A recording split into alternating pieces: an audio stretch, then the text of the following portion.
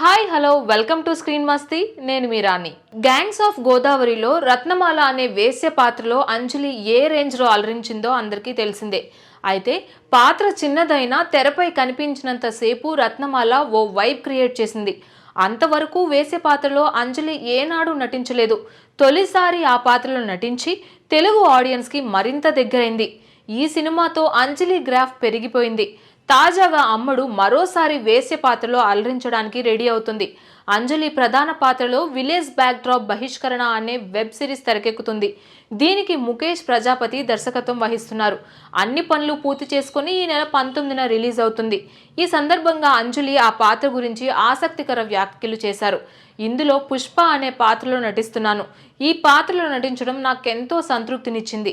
అమాయకపు వేశ్య నుంచి సమాజంలో అసమానతలు ఎదుర్కొనే స్త్రీ ప్రయాణం అద్భుతంగా ఉంటుంది. పుష్ప అంటే మిస్టరీ అని ఇందులో ఆమె చేసిన ప్రయాణం అలాగే వచ్చిన మార్పులు చాలా ఆసక్తికరంగా ఉంటుంది అని అంది.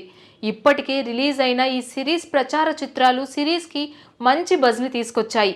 అలాగే అంజలి ఇప్పటికే పలు వెబ్ సిరీస్లు చేసింది. వాటి ద్వారా మంచి గుర్తింపు దక్కింది కూడా. అటు సినిమాలు ఇటు వెబ్ సిరీస్లతో అమ్మడు కెరీర్లో బిజీగా ఉంది. ప్రస్తుతం mega power star Ram Charan హీరోగా నటిస్తున్న గేమ్ చేంజర్ చిత్రంలోనూ కీలక పాత్ర పోషిస్తుంది. ఈ సినిమా హిట్ అయితే అమ్మడి పేరు పాన్ ఇండియాలో మారుమోగిపోతుంది.